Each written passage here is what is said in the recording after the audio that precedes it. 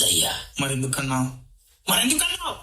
నేను నీకులా కాదు, నాకు పుట్టే పిల్లల్ని చాలా చాలా బాగా చూసుకుంటా. తండ్రి విలువ తెలియాలంటే కొడుకై పుడితే సరిపోదు, ఆ కొడుకు తండ్రి స్థానంలోకి వస్తే తెలుస్తుంది.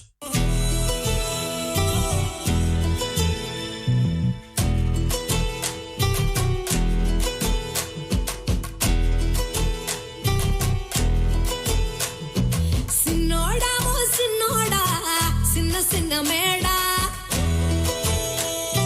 సిత్తరంగా చూపిస్తాది సంబరాల జాడ. సిన్నోడా ఓ సిన్నోడా చిన్న చిన్న మేడ సిత్తరంగా చూపిస్తాది సంబరాల జాడ.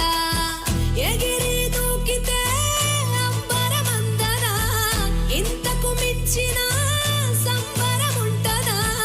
ఎన్నడు చూడని ఆనందములోన రెలా రేల రెలా రేల మనసూర కలసేనా. అంతే లేని సంతోషాలు మన సొంతమయ్యేనా.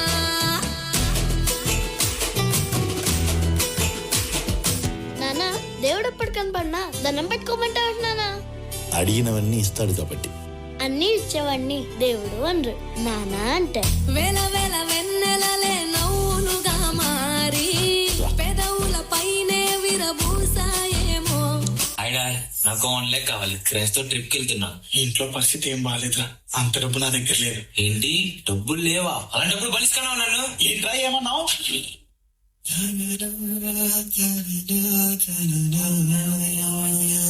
ఒకప్పుడు మా నాన్ని కూడా ఇలాగే అన్నాను కదా, పాపం ఎంత బాధపడి ఉంటాడు. ఆయన స్థానంలోకి వస్తే కానీ అర్థం కావట్లేదు. నాన్న నన్ను క్షమించు నాన్న. ఎందుకు మొహం అలా పెట్టుకున్నావు? నాకు నీ మీద కోపం ఏం లేదు, కోపంతో మీ ఆయన మీద. విన్నానమ్మా, నువ్వు మాట్లాడిందంతా విన్నాను. నువ్వు పుట్టిన 4 ఏళ్ల వరకు నీకు మాటలు సరిగ్గా రాలేదు. మీ నాన్న నీకోసం ఎక్కని కొండ లేదు, మొక్కని దేవుడు లేడు. ఎంత ఎదిగిపోయి ఎన్ని మాటలు మాట్లాడావురా?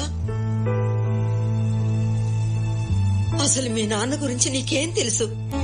ఎప్పుడు కూడా ఏ చుట్టాల ముందైతే నిన్ను ప్రయోజకుని చేసి నిలబెట్టాలనుకున్నారో, ఏ వడ్డీ ఓడి అవసరం నీకు జీవితంలో రాకూడదనుకున్నారో వాళ్ళ దగ్గరికెళ్లి నువ్వు చేయి చాచావని తెలిసి కృంగిపోయారా.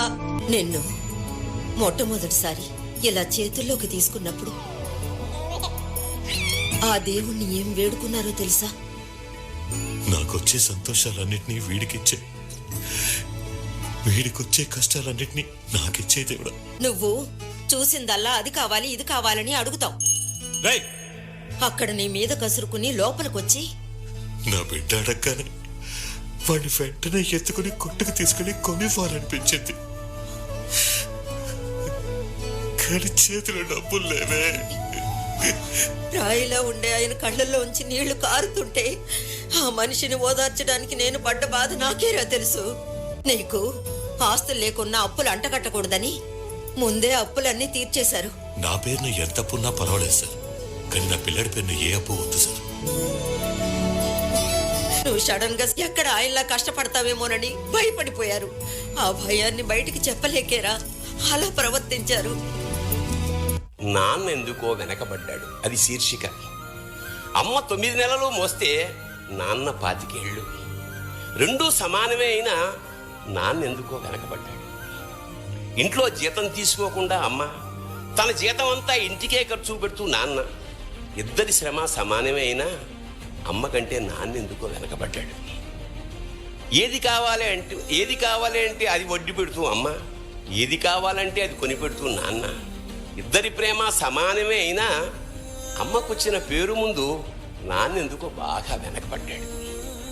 ఫోన్లోనూ అమ్మ పేరే, దెబ్బ తగిలినప్పుడు అమ్మ అని పిలవడే, అవసరం వచ్చినప్పుడు తప్ప మిగతా అప్పుడు గుర్తురానందుకు నాన్న ఎప్పుడైనా బాధపడ్డా? ఏమో. ఇద్దరూ సమానమే అయినా పిల్లల ప్రేమను పొందడంలో తరతరాలుగా నాన్నెందుకో వెనకబడ్డాడు. అమ్మకి మాకు బీరువా నిండా రంగురంగుల చీరలు బట్టలు, నాన్న బట్టలకు దండెం కూడా నిండదు. తనని తాను పట్టించుకోవడం రాని నాన్న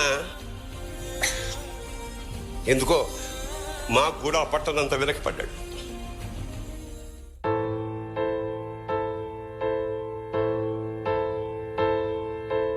ఏ కష్టం ఎదురొచ్చినా కన్నీళ్లు ఎదిరించినా ఆనందం అనే ఉయ్యాలలో నన్ను పెంచిన నాన్నకు ప్రేమతో నాన్నకు ప్రేమతో నాన్నకు ప్రేమతో అంకితం నా ప్రతీక్షణం.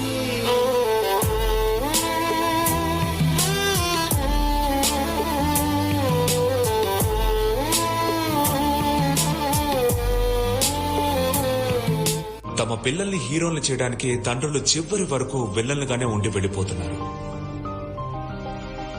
ఆ విధంగా నన్ను సూపర్ హీరోని చేసిన మా నాన్న ఓ నిజమైన నికార్సైన విల్లనే.